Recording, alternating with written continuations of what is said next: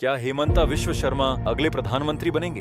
भारत की राजनीति में कई ऐसे नेता रहे हैं जिन्हें शुरुआत में राष्ट्रीय स्तर पर ज्यादा गंभीरता से नहीं लिया गया, लेकिन समय के साथ उन्होंने पूरे राजनीतिक समीकरण बदल दिए। आज पूर्वोत्तर भारत में एक ऐसा ही नाम तेजी से उभरता दिखाई देता है, हेमंत बिस्वा शर्मा। दिल्ली की राजनीति में अब धीरे धीरे यह सवाल उठने लगा है कि क्या भविष्य में वह देश की राष्ट्रीय राजनीति के सबसे प्रभावशाली चेहरों में शामिल हो सकते हैं। लेकिन इस सवाल को समझने के लिए पहले असम को समझना जरूरी है। पहली नजर में असम सिर्फ प्राकृतिक सुंदरता से भरा राज्य दिखाई देता है, चाय बागान, ब्रह्मपुत्र नदी, बारिश से ढके पहाड़ों और हरियाली। मगर असम की राजनीति सिर्फ खूबसूरती की कहानी नहीं है, बल्कि पहचान और अस्तित्व की राजनीति भी है। लंबे समय से असम में यह भावना रही कि उनकी भाषा, संस्कृति और जमीन पर बाहरी प्रभाव लगातार बढ़ रहा है। यही कारण है कि यहाँ की राजनीति हमेशा देश के बाकी हिस्सों से अलग रही। पूर्वोत्तर भारत को देश से जोड़ने वाला संकरा सिलीगुड़ी कॉरिडोर अक्सर इस क्षेत्र की अलग मानसिकता और दूरी का प्रतीक माना जाता रहा है। इतिहास में असम लंबे समय तक अहोम साम्राज्य के अधीन रहा। जब उत्तर भारत में मुगल साम्राज्य फैल रहा था,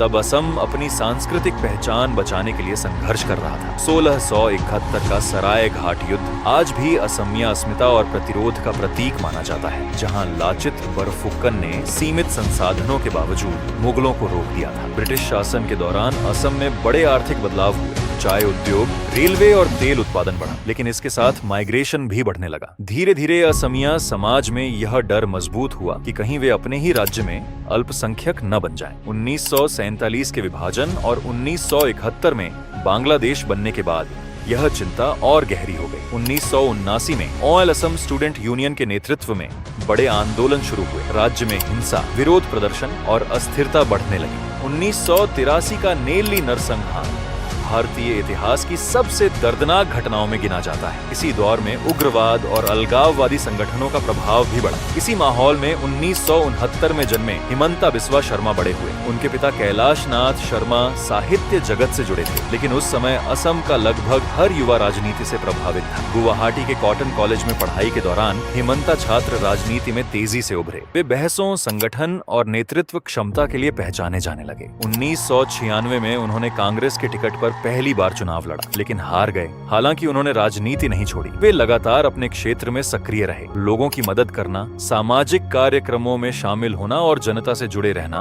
उनकी रणनीति का हिस्सा बन गया। 2001 में उन्होंने चुनाव जीत लिया और यहीं से उनकी राजनीतिक यात्रा ने नई दिशा पकड़ी। उस समय असम में तरुण गोगोई की सरकार थी। कुछ ही वर्षों में हेमंता सरकार के सबसे प्रभावशाली नेताओं में गिने जाने लगे। स्वास्थ्य, शिक्षा और वित्त जैसे अहम विभागों की जिम्मेदारी उनके पास रही। प्रशासनिक पकड़ और राजनीतिक नेटवर्किंग ने उन्हें असम कांग्रेस का मजबूत चेहरा बना दिया। लेकिन समय के साथ कांग्रेस के भीतर उत्तराधिकार और नेतृत्व को लेकर मतभेद बढ़ने लगे। हेमंता को महसूस होने लगा कि पार्टी में उनकी राजनीतिक सीमाएं तय हो चुकी हैं। कई कोशिशों के बावजूद समाधान नहीं निकला और आखिरकार 2015 में उन्होंने कांग्रेस छोड़ दी। इसके बाद वे भारतीय जनता पार्टी में शामिल हो गए। भाजपा लंबे समय तक पूर्वोत्तर भारत में कमजोर मानी जाती थी, लेकिन हेमंता ने वहां की जातीय, सांस्कृतिक और राजनीतिक जटिलताओं को अपने पक्ष में इस्तेमाल किया। उन्हें नॉर्थ ईस्ट डेमोक्रेटिक अलायंस यानी NEDA का प्रमुख बनाया गया। धीरे धीरे पूर्वोत्तर की राजनीति बदलने लगी। असम, त्रिपुरा, मणिपुर और अरुणाचल प्रदेश में भाजपा का प्रभाव बढ़ता गया। 2016 में भाजपा पहली बार असम की सत्ता में आई। हालांकि मुख्यमंत्री सर्बानंद सोनोवाल बने, लेकिन राजनीतिक विश्लेषकों को साफ दिखाई देने लगा था कि सबसे प्रभावशाली रणनीतिकार कौन है। 10 मई 2021 को हेमंत बिस्वा शर्मा असम के मुख्यमंत्री बने। मुख्यमंत्री बनने के बाद उन्होंने खुद को सिर्फ एक प्रशासक नहीं, बल्कि एक राजनीतिक ब्रांड के रूप में स्थापित किया। इंफ्रास्ट्रक्चर, मेडिकल कॉलेज, महिलाओं के लिए योजनाएं और ग्रामीण क्षेत्रों में संगठन विस्तार उनकी राजनीति के प्रमुख हिस्से बने। साथ ही विवाद भी बढ़े। CAA एंड NRC जैसे मुद्दों पर तीखी बहस हुई। समर्थकों ने इसे सांस्कृतिक सुरक्षा बताया, जबकि विरोधियों ने इसे पहचान की राजनीति कहा। पुलिस एनकाउंटर्स और बाल विवाह विरोधी अभियानों को लेकर भी बहस छिड़ी, लेकिन हर विवाद के बीच हेमंता ने अपने समर्थकों के लिए मजबूत राजनीतिक नैरेटिव तैयार किया।